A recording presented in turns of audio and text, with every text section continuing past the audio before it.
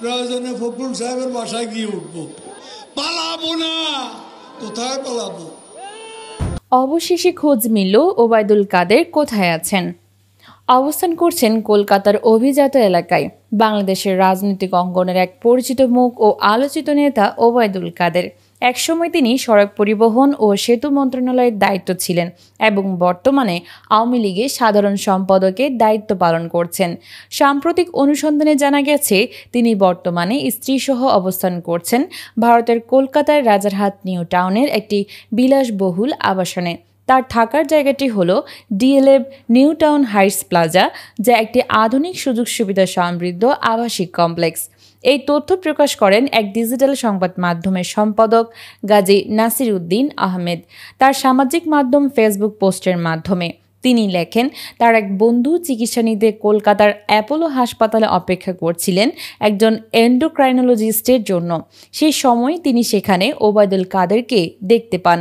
ওই পোস্টে আরও উল্লেখ করা হয়, তখন চিকিৎসকের কক্ষ বন্ধ ছিল এবং ফোনেও সংযোগ মিলছিল না।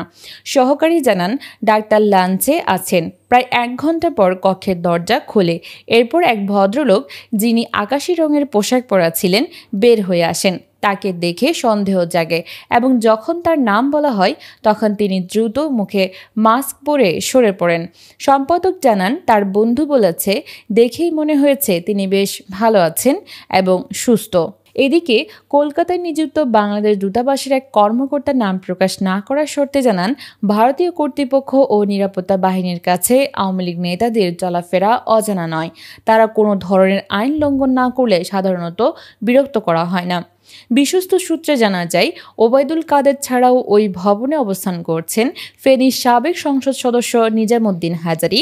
একই আসনে আরও আছেন টাঙ্গাইল 2 আসনের সাবেক সংসদ সদস্য তানবীর হাসান ছোট মনির।